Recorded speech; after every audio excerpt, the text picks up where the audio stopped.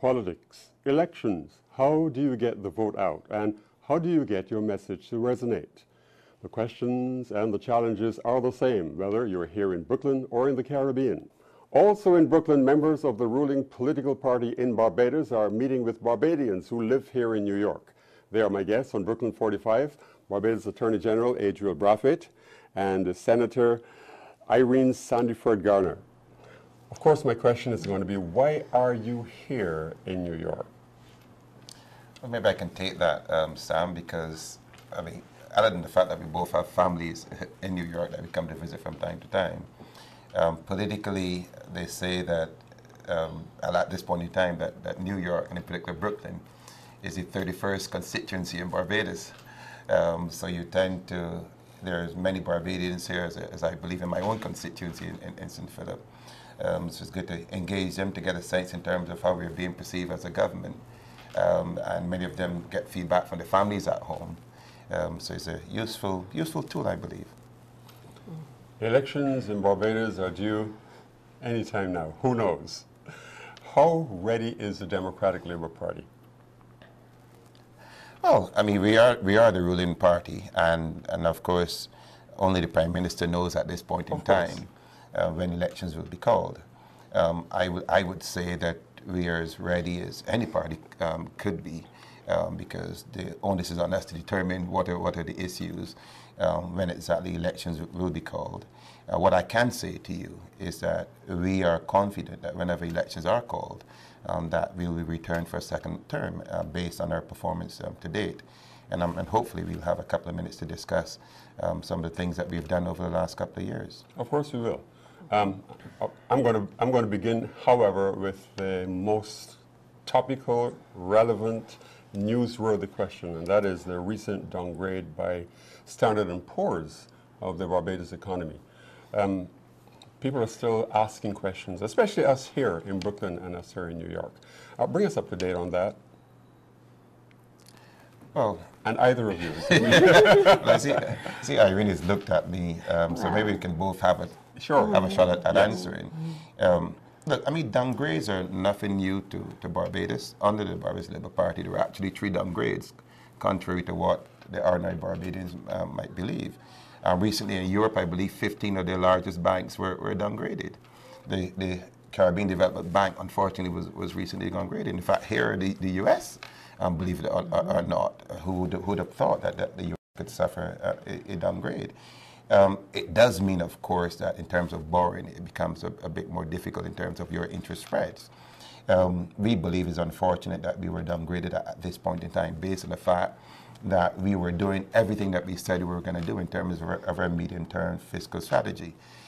Yes, there have been a couple of issues, like we had a closure of one of our larger hotel plans, which may have had some influence on why we were downgraded. And of course, there's a whole issue in terms of the international climate, what's happening in Europe. Europe, the projection in Europe isn't so good for the second half of this year. The U.S., from my information and from the feedback we've received, there's sluggish growth in the U.S. And as you very well know, we depend predominantly on what happens in the international markets to drive our economy. But I think it's important also to say that our economy has done as well as can be expected. And when we talk about downgrades, we talk about the fact that they look to see how we can reduce spending because they're looking at this deficit. And Barbados' fiscal deficit has declined. And when you look at the statistics which the central bank would have published, we would have spent less money in this financial year than we did last financial year. So if my memory serves me correctly, we would have spent $3.5 billion this year, 2011, 2012, compared with 2010, 2011.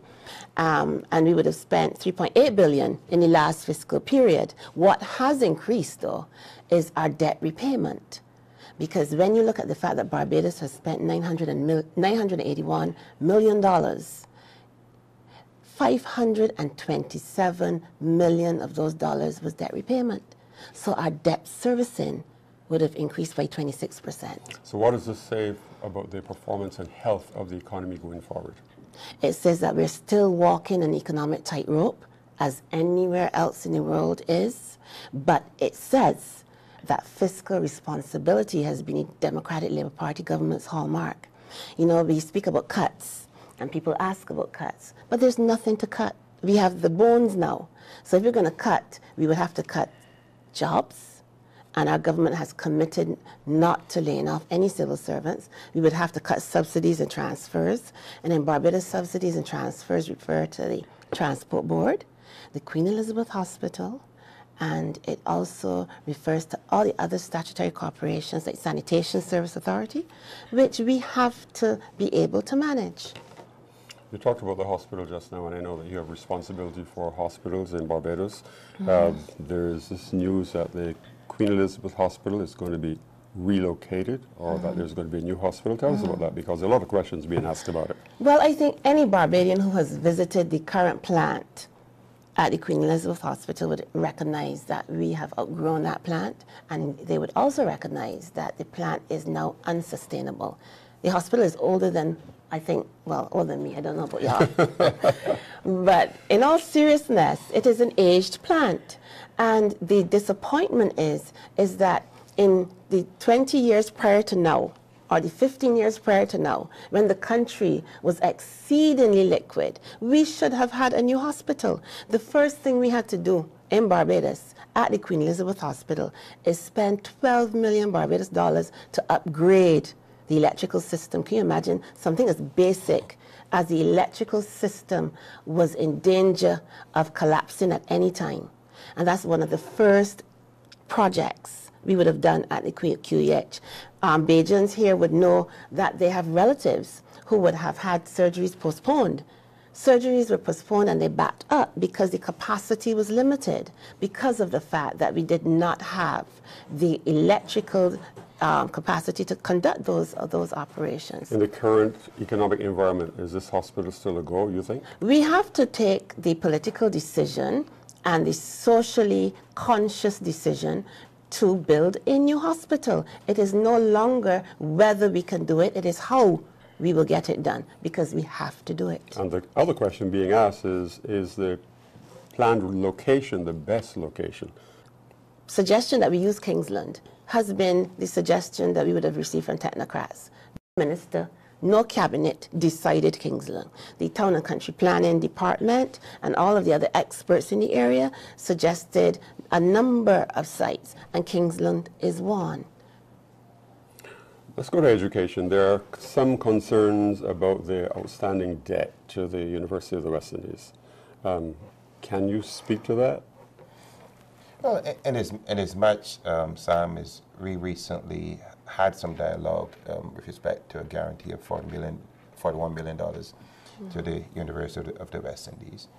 We are committed to having free tertiary education in Barbados. I know that in some quarters, and in fact, I believe that the Leader of the Opposition recently suggested that we should examine whether or not that has not served its purpose in terms of, well, his vague remark was that, in fact, that we need to look at our social services and see whether or not they haven't fulfilled their mandates. We still believe that we have not brought our people where we would like them. Our goal is still to have at least one graduate in every household. And there's a cost attached to that.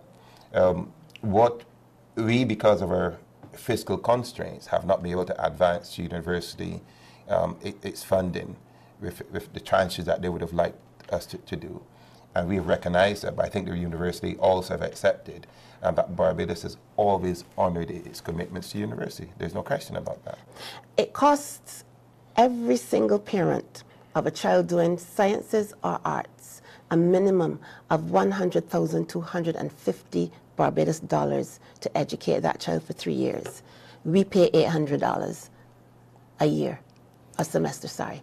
I pay $800 when I should be paying $100,000 over the period of time that one of my sons is going to school. You think there's a possibility of added costs to students? Well, that is not something I can speak to at this time, but I've heard the principal make noises to that effect.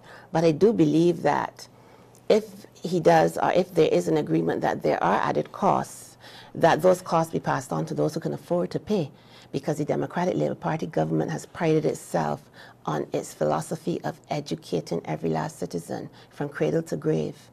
And our founding fathers based everything that they would have done strategically in education on that philosophy. So I don't know that that is something that, you know, we would take lightly. If indeed it happens, it would have to be done equitably, so that those who can afford to pay would probably have to contribute something towards it. And I hope that is what the professor or the principal means when he speaks about paying for university education. But we cannot kick down the ladders that have brought all of us here.